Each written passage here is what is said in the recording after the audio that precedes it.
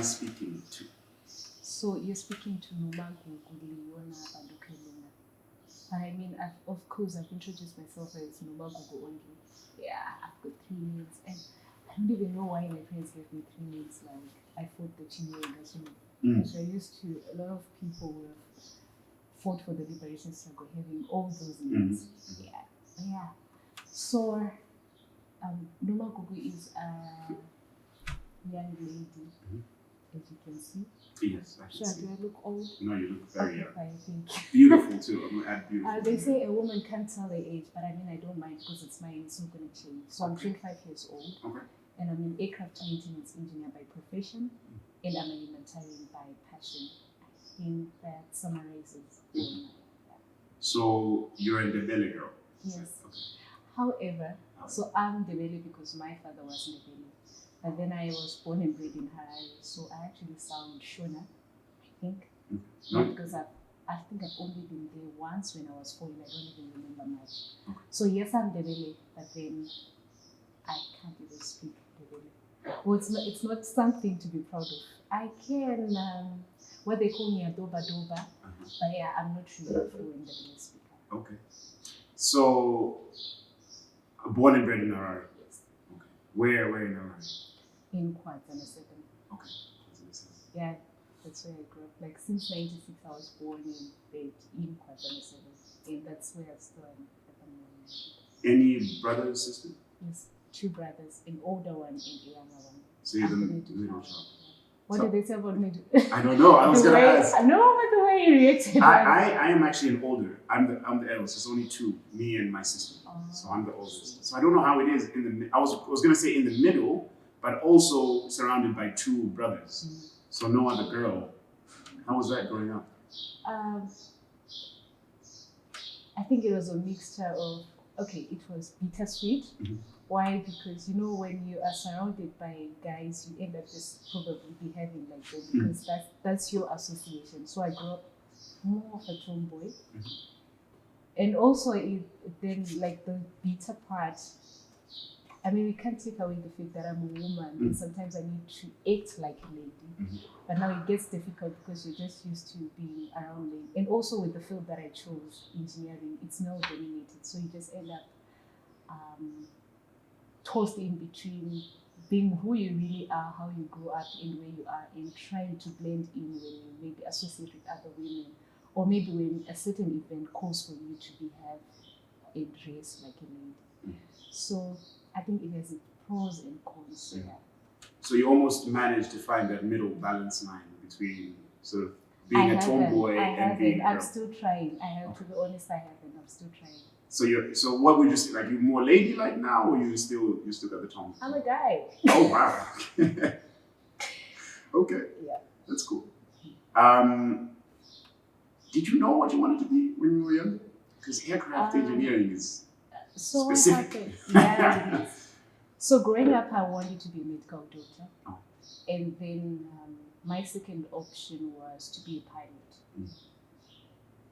And I remember I had 3 options, and the third one, I wanted to be a chemical engineer, which is linked to the medical field. Yeah. So I wanted to be a medical doctor, and I was so determined that I was going to be one. But then my mom got sick in 2008 when I was doing my Form 1, and a lot happened. But just to summarize it, she was diagnosed with something that she didn't have, and she was given treatment, meaning it was wrong treatment, and the situation got worse and everything. I almost thought she was going to die. But well, God, like His plans are not our plans, and what we think is not exactly what will happen because He has what He has in His plan. So she then recovered and all, but the whole process of her like being diagnosed with something that she didn't have, and then receiving wrong treatment, her getting worse, me seeing the situation, then my love for the medical field just died. And I was like, I'm not going to do it because if people can do this, I mean, yes, there's human error, but you wouldn't expect such because it's someone's life that's at stake. So I was like, I don't want to do this because I might be in that situation at some point, and mistakes do happen. But the fact that there's life involved, I don't want to be in that field. Not that any other field saves you from that, but I feel like the medical field is too sensitive, you know, because you have that life in your hands in whatever you do, whether you do good or bad, whether you do a mistake or you stick to what you're supposed to do or you know what you're doing, still the life is in your hand. So I then just decided, so I'm going to stick to the aviation industry because that was my option B. Okay. But my passion for the aviation industry, it came up when I was in grade 4, that was 2004. We escorted one of my cousin sisters to the airport, and what caught my eye was actually, I don't remember which specific model it was, but I remember it was a Boeing aircraft because I asked one of the pilots from Zimbabwe whom I saw. So we were by that watching Bay Area, yeah. So when I saw it, I was like, that's so, like... This is the old airport? Yes. Okay. Well, when it was Harare International Airport. Yeah. So it's like, that looks so cool. I mean, you know aircraft probably from movies and people talk about it from, but I hadn't seen it like in person. So when I saw, I was like, that thing is so cool. I'll definitely fly it one day. Yeah. It's always interesting every time I read about anyone interested in aviation. I always hear the classic story of we got let into the we were in the plane and then we got let into the cockpit and then I was like, wow. I didn't get that privilege. Okay. Yeah, I didn't. You saw it from the watching that. It was love at first sight. That's amazing. Yeah. You saw it and you're like, I wanna fly it or I wanna fix it? I wanna fly it. I wanna fly it. Yeah. That's so cool. Okay, so then what happened? So walk me through that. So you see this in grade 4, right? And then you're like, okay, I want to fly. Then what progressed from grade 4 leading up into like Form 1, like that sort of, is that burning desire still there? It was, but remember I took it up as option B. Because I really wanted to be a medical doctor. So I told myself, like, even if I'm going to fly, I think maybe I'll do it as a hobby. Because I still want to. I still want to fly. But as a hobby, you don't really then get to actually fly like bigger commercial jets. You only stick to the small, So until my mom got sick, then the option B upgraded to option A. So whatever I then did, like I was heading towards the aviation industry. I was heading towards flying, and I picked up sciences for my O-levels, and I passed. And then I picked up mathematics, physics, and chemistry for my A-level, and I also passed. But now trouble began. I really wanted to be a pilot, but after researching on what's really required for you to be one, I then realized that it's not all about loving to fly, it's not all about the passion, but there is the financial part. Pilot training is relatively expensive. And if you realize, most people actually think that aviation industry is for the rich. It's not everyone who can afford to be in it or to be involved with it or to do business. So then I realized that it wasn't going to be a walk in the park for me. I remember I tried to join the Air Force of Zimbabwe. But then that year, unfortunately, they were not training pilots because they were only recruiting engineers in other fields. Because they were saying things are not so good economically. So for us to keep on training pilots, like taking people each and every year, it was train us. So then we're having those breaks. Let's say they have recruited this year, then they have a 3-year break and take after 3 years. So but then that would be time moving for me. It was in 2014. Because I did my A-levels 2013. Yeah. And when you are desperate for something sometimes, it really gets to you. Like, I remember I actually got sick. And I think I have had anemia for a very long time, but I didn't know. It's only then, because of stress, I then got diagnosed of anemia. And that's lack of blood, right? Iron. Iron. Yeah, after low iron levels. So I really got sick and I didn't know what to do. And it also stressed my mom. Remember, she had gotten ill and she was recovering and everything. And also my dad died when I was 5. Sorry. Yeah, no, it's okay.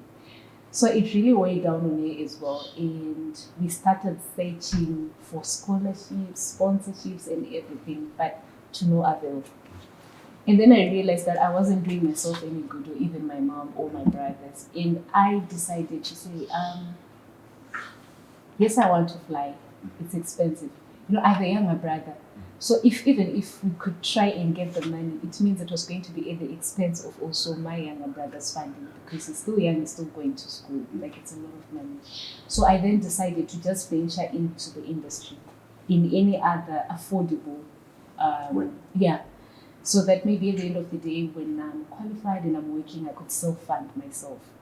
So that's how I ended up opting for engineering. Because I mean, the day that I'll start flying, I think I'll be one of the best pilots. I mean, I fix what I'm going to fly. So, yeah. I think you will, actually. Because if you know, I know we're laughing at it, but if you know how to fix it, then you know how to fly, for sure. So, yeah. You mentioned God, and I think in my later questions I'll ask about religion and what role that plays, but it just made me think that, you know, especially like you said about your mom, that sometimes, you know, it's never supposed to be that easy, you know? Thus, maybe that's why you had to go through the engineering round for you to then end up being a pilot. I think so, but I wish I could have heard it the easier way. Yeah, I wish to, but it doesn't work like that. It is what it is. Yeah, it is what it is. So there was no university. It was straight into. Yeah, so straight from high school, I went to Air Zimbabwe. I got a place as an apprentice at Air Zimbabwe in 2014. So I started on the 1st of September 2014 and I finished on the 31st of December 2018. I don't even know the university structures. I mean, the day I decided to have it, I hear people talking about part 1, part 2. I don't know what all that means, you know, because it was straight from, and you know, apprenticeship, it's more like you're learning and working at the same time. And are they paying you at the same time or no? Yes. Okay. Because you're working. But you know, like... well, I know there's some apprentices that don't pay. Really? Yeah. But that's abuse because they also work. But I mean, it's not abuse. Ungrateful me. Yeah. You're learning for free. Yeah. So I think it balances it all out. So first year we did theory for the certificate level, and then second year we then did the practical. So it's more like on-job training using the theory that you would have gained during your first year. And then third year we then specialize because like first year you do basically everything, which is also good because. You know, I think a lot of people, let me not say a lot of people because I haven't done research, but I think there are some people who venture into something and then realize halfway that this thing is not really for me. I thought I knew it all, but now I'm realizing 1, 2, 3, I don't think I'm fit for this, whether mentally or physically. So first year they make you go through everything so that by the time you decide to specialize, you know everything and you know what you're getting yourself into. So third year we then did the specialization and I picked a trade called avionics. So avionics, it's aviation electronics. So we deal with maggots, yeah. So I picked that. The reason why I picked that is so avionics touches everything that happens in the cockpit, the flight deck. Because we're talking about instruments, power, and everything. Buttons. And considering where I want to be, eventually, that would have been the best one. 2, it's also not really physically taxing as compared to other trades which require a physical muscle. And I think you can see this. So I think you're quite strong. I think you're in now. No, I remember when we did the on-job training after the certificate level. I used to change tires, There you go, see? But it was not easy considering that, you know, like there's a lot of energy that you have to put in, like physical energy that you have to put into it. So I decided that I don't really want to sweat. If I sweat, let it be mental sweating. So that's why I picked aviation electronics because there's a lot of thinking actually, which is also not cool. Which is also not cool because sometimes when you have defects and it's not really adding up, like it really weighs you down, you know. Yeah.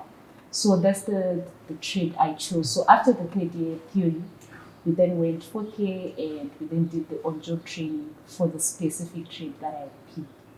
And I finished end of 2018.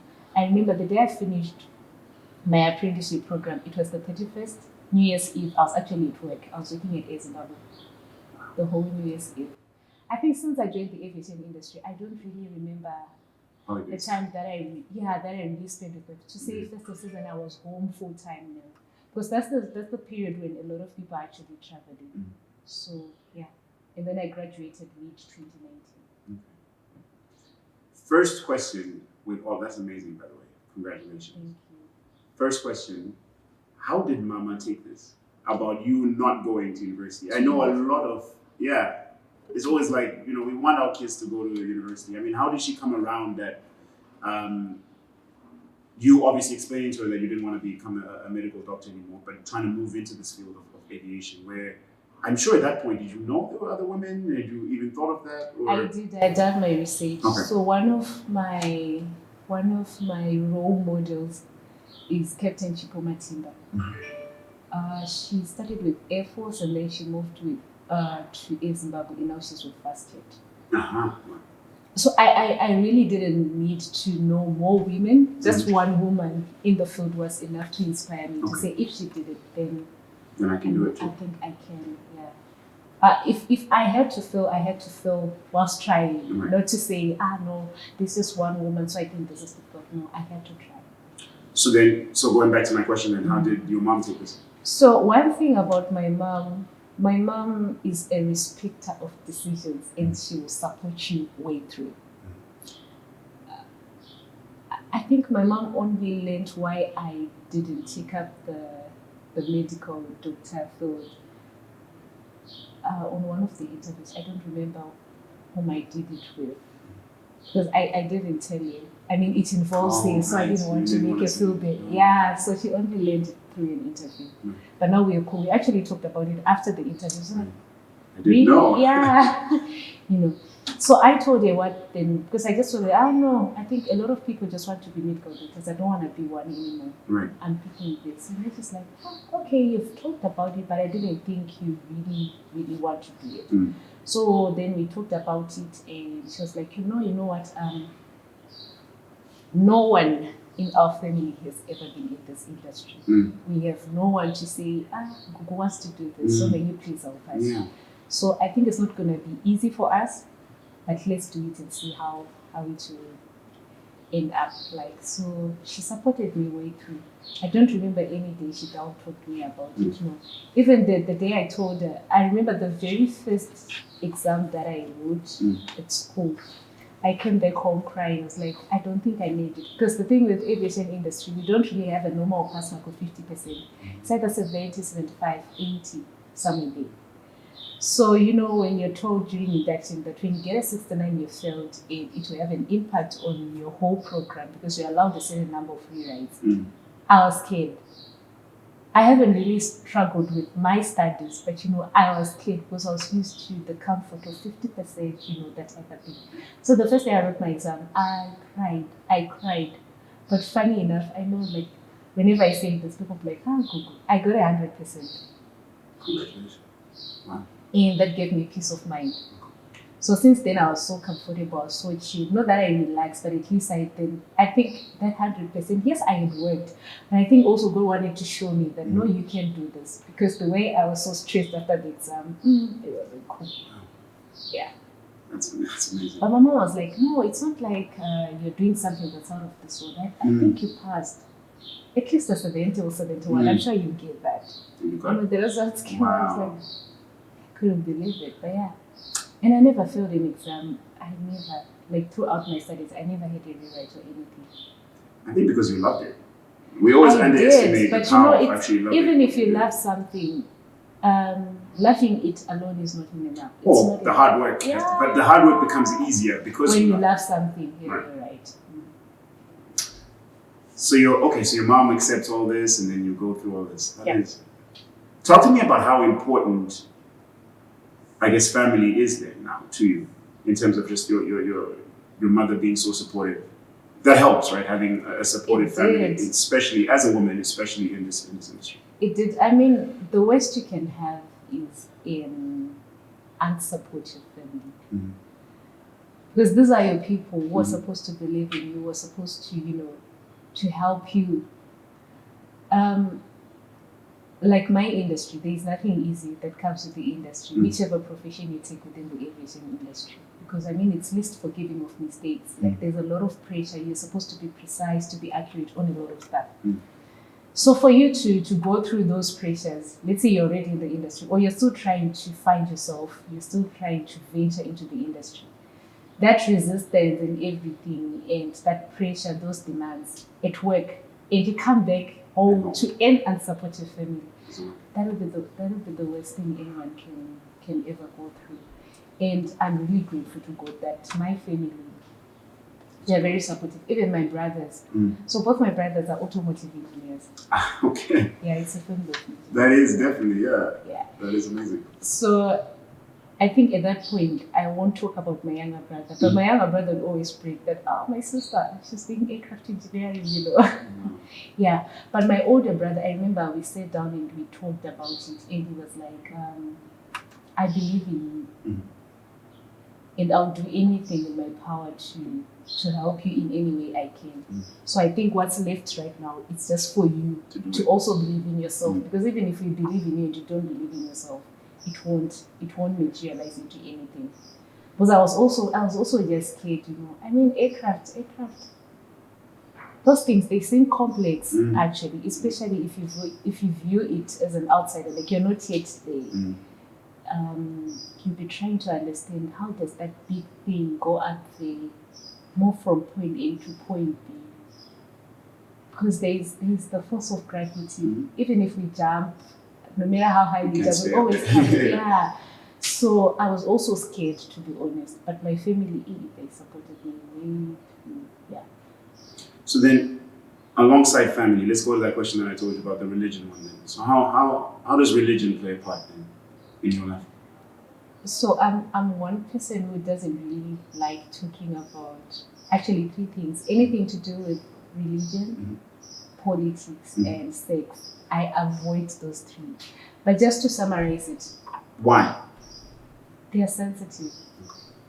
And so I'm just a mere person at this moment, but you never know where I might end up. In the next year. Can be... Exactly. I might have an audience, I might have influence. So, and stuff to do with religion, sex, and politics shouldn't really cause friction amongst people, because everyone should be free. It does, you see. So if I make a comment now, and probably, so I want to do pilot training, right? Probably my sponsor is Islamic, and he gets offended by Christianity.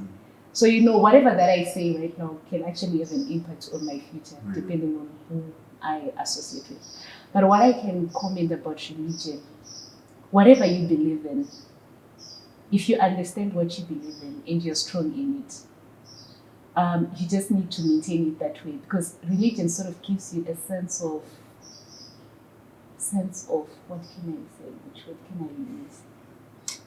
But you get this sense of comfort in it, say belonging. A sense of comfort in it to say, if you believe, for example, I believe in God. If you believe in God, there are things that might not happen as you want them to. But according to the Bible, there are verses that tell you that no, God's plans, your plans, at the end of the day, what you want may not be what He is planning for you. And when you trust Him, you don't need to understand. You just need to trust Him that He's got you. So when things don't go according to your plan, you don't kill yourself. You don't cry over it all day, all week, all month.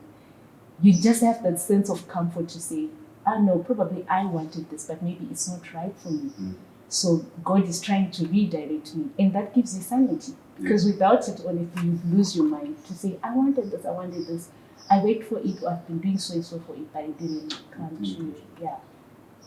So that's what I can say about it. Thank you for your answer. And I respect that. So thank you. Let's talk about the challenges then, as a woman in the industry. What challenges have you faced in your aviation industry? And how have you overcome them? So I think in a lot of industries, there's a lot of gender stereotyping, and not really stereotyping which happens to women. There are also men who face stereotyping. So it just depends with the industry. But in mine, because it's male dominated, it's always women, or it's mostly women who suffer this. I can't say it's always women because we also have flight attendants, the air hostess, Yeah. air host, whatnot. Yeah, like I think a lot of people expect women to do that, but there are also men who are now doing it. They've also faced their own stereotyping in a way. Yeah.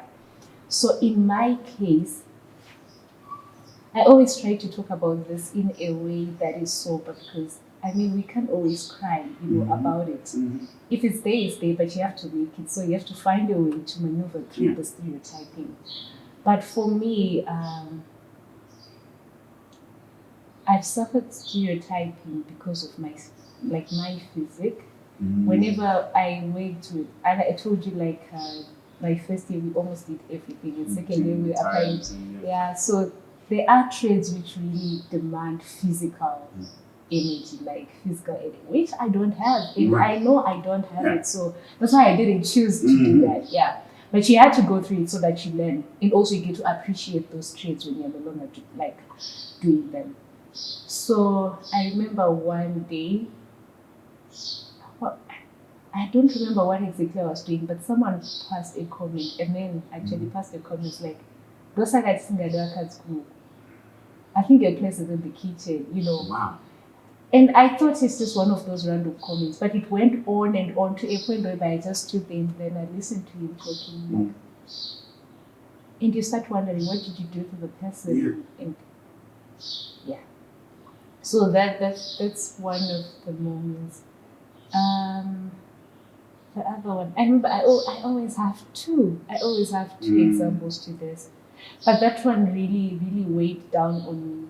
And I remember, I'm my mom's best friend. Yeah. And you're only girl. Exactly. So I always tell her, but some things when they're too harsh, I don't, because I also want to protect her.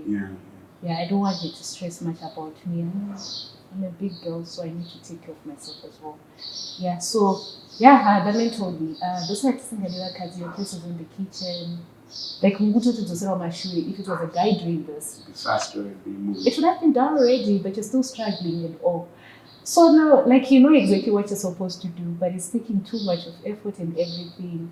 And it wasn't even my supervisor, it was someone just passing through. Wow. Yeah, because my supervisor was like, no, I want you to grasp the concept. So take as much time as you can so that you understand what you're doing and everything. We know you won't end up in this workshop. You know where you're going. But you need to understand so that, whenever you work with this guy, you appreciate what they do because you know exactly what they do. So, yeah. And I know I'm not the only one. At school, we were a few ladies. I think the ratio was something like 1:4 or 5. Wow. Yeah. And everyone has a story to tell, hey? Yeah. So then talk to me about that incident and how did you motivate yourself? How did you come to, to work the next day, or how did you push yourself? So it really weighed down. I remember it was a morning. It really weighed down on me, I don't want to lie. And all my tears are near shed. I'm that kind of person. Yeah, I remember I wanted to cry, but I was like, no. If I cry, it's like I've let him win. So I'm not gonna cry. But I really wanted to cry, but I didn't. Good. One. Good feeling. Two, it was morning. There's this psychological concept that if something happens in the morning and disturbs your day, your whole day is ruined. Or if something happens on a Monday, your whole week, exactly. So that's exactly how I was. I was like, no, this day is done and dusted. I'm just living through, and I just can't wait it to be done, to be over. But I remember around lunchtime when I sat, those days I would watch Chimama and Ngozi Adichie's YouTube. Nigerian. Yeah. So not that I had planned to, but because I had started watching one video and I hadn't finished it. So I was like, let me finish it over. And she spoke to me. I mean, she's a feminist, a proud feminist, and she always talks about these things. So when I finished watching that video, I then told myself, no, you know what? At the end of the day, we actually have to expect this, and we have to be prepared. So what they say to us doesn't really matter. It only matters when we add value to it, when we allow it to affect us, when we allow it to influence us. So I was like, from this day forward, no matter what anyone says, I know who I am, I know what I want, I know what I'm going through. I mean, it's me at the end of the day. So I determine what affects me. I determine what influences me. So then I was prepared, because before that incident, I was one person who could always pray that I don't want to face that. But the fact that it had happened, it means it can always happen anytime. And it can actually be more advanced, more brutal than what had happened before. So I was just supposed to be comfortable with receiving such, with going through such, with having people saying such, like down talking me. So I was like, no, I'm going to expect this and I'm going to be prepared. And it worked the next time, because I'm sure it did happened work. a few more times. A lot more it's times. actually, yes. And most people think I'm a cheater because I think I'm a bit assertive or outspoken, so to say. Yeah. So sometimes I would actually respond. I'm like, wow, chi. I couldn't do that before. I couldn't. When I started, I was so quiet and scared. I think the best way to describe me when I started, I was scared. Yeah. And then my confidence grew, and I was like, no, screw them. Whatever, yeah. So then while we're there, then, what advice then would you give women that are just coming in now into the aviation, that are scared, that are sitting there going, tomorrow, Monday is my first class. What am I going to expect? What would you tell them? Those 18-year-olds about those? I can write a book, but to summarize it,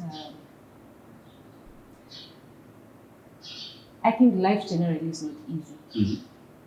So never expect anything to be easy. And what they really have to do is to understand what they are putting themselves into, and understand what they have to input for them to get the output that they expect. So if it is hard work, then they have to work hard. If they have to be smart, then they have to work on themselves to be smart. And we're talking about gender stereotyping in the industry. This is something that you actually have to expect to face. If you don't, then lucky you, but you have to be prepared for it, so that when it comes, you're not really shaken down for a very long time, like you pick yourself up. So they also have to work on that as well, to expect anything and to be able to maneuver through anything, so that whatever goal that you want to achieve at the end, yes, there are distractions along the way, but you have to maintain the focus. So you need to know what you want and what you need to do to get what you want. I think that's what's important at the end of the day. Because I can say they have to be smart, right? And being smart, like intelligent-wise, maybe something that you have to work on. You can improve your intellect by reading more, by studying more, etc. But maybe that's not what they actually need for their specific quest. Maybe this worked for me, it might not work for them and everything. So I think at the end of the day, what is important is to actually know yourself, what you want to do, and what you need to get there. Because if I tell you what worked for me, yes, maybe you might pick one or two, but at the end of the day, this is Nomagugu, it's not you. I have my weaknesses, I have my strengths, which are different from the next person. So you need to know yourself, your strengths, your weaknesses, what you need to work on, what you need to maximize on, so that at the end of the day, like, you're living your own life. Yes, we achieve the same goal, but our roots will definitely be different. Our experiences will definitely be different. So what's important is knowing yourself, what you're good at, what you're actually bad at, so that you work on it, or you avoid anything that will, expose your weaknesses if you have to. Or maybe you maximize on your weaknesses to your advantage. So I think self-mastery is what they really need to work on. And I think this applies to any other aspect of life. It doesn't have to be career only, even financially, emotionally, socially, spiritually, or even choosing a life partner as well. Like, you really need to know yourself before you involve anything else in your life.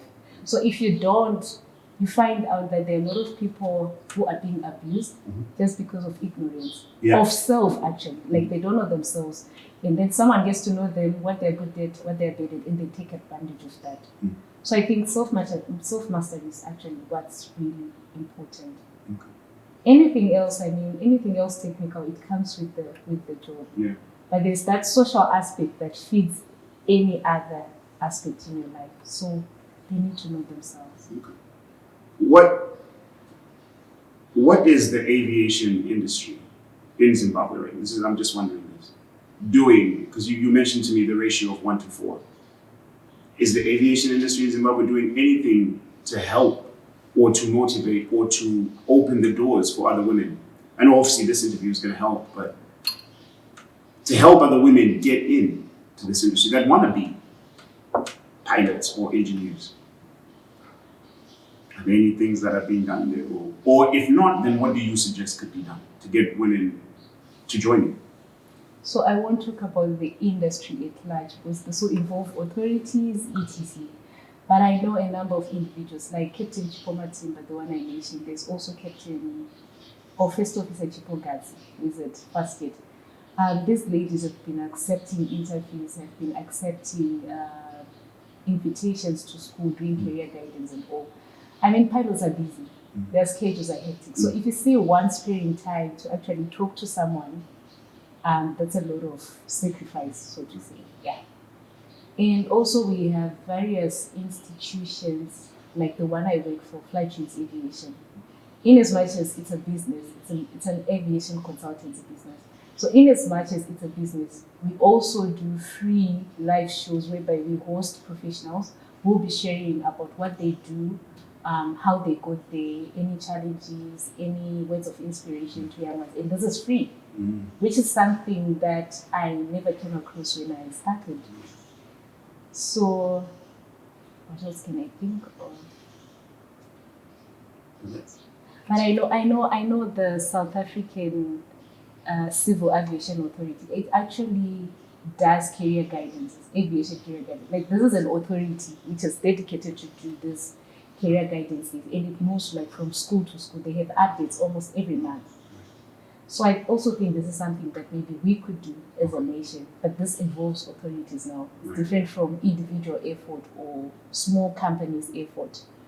Because I mean, the motherboard of aviation in Zimbabwe is CARS, the Civil Aviation Authority of Zimbabwe. Yeah.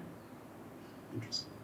Well, hopefully over time, I know you're doing good work with Flight Wings Aviation. I'm trying. Yeah, that young women out there see you and see other women that are mechanics, engineers, pilots, and choose to follow the same.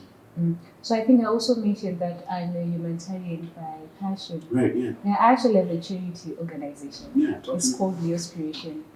And we started off wanting to focus on aviation, but now we are realizing that we are limiting ourselves when we reach out to the underprivileged. So we want to rebrand it into a whole career thing. So what we do, or what we've done before, we've been aiming to bring aviation exposure to the underprivileged. Because we've realized that a lot of people who have access to information or who have access maybe to visit airports and all, it's either they are rich or they're from good schools. Right. And there are those kids who are at orphanages or rural schools. You know, they end up just knowing that kunindegi, onda like Hichipura, but they won't know much. So that has been our target. How have you been doing this? So far we've gone to Taiwo House of Hope, which is in Epworth, in Christ Ministries Children's Home, which is in Belvedere.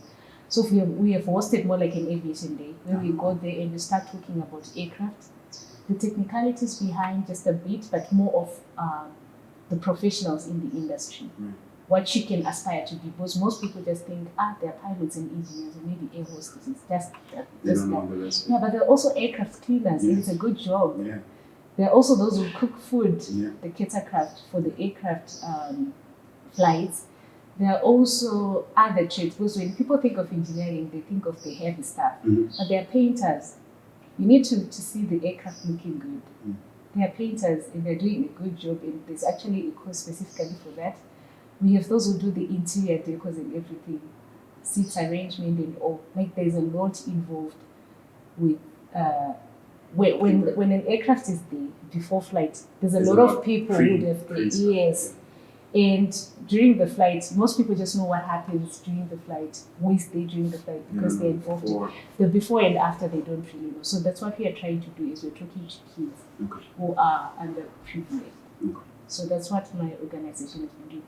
But now, like all day talking about aircraft, and you know what? It's not everyone who you're going to, excite about this industry. Which is why we are trying to just rebrand and have a whole career thing, so that a lot of professions are Included. represented. Yeah. Well, I think it's amazing what you're doing. Keep doing it. So then, as one of my last questions, then I would say, where do you see yourself, in the next 5 years?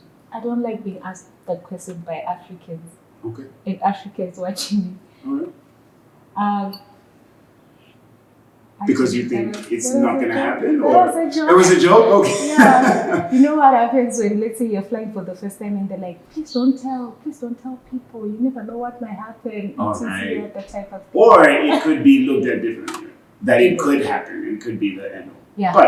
But with me, I hardly share about my future. Okay, fair enough. So like the religion, No, I'm actually reserved like that. I just prefer showing. I prefer you knowing from the results, not from my planning. Because like 5 years from now, it means I'm still planning on it. I'm still working on it. So yeah, like that's just me. But I know I'll still be alive, so you will hear from me I can't wait. in the next 5 years. Yeah, you will. Thank you, Nomagugu, for coming through to Just for Women and blessing us with your presence and talking to us about aviation and what you're doing, which I think is amazing. And I hope you continue to do your charity work and reach out to as many young kids as you possibly can. So charity work is not easy. It's not, but yeah, God willing, we'll keep on. We have to. I mean, just helping one person is enough. You don't really have to, you can't really help everyone. So yeah, I'll do my best. We'll do our best. Thank you. You're welcome.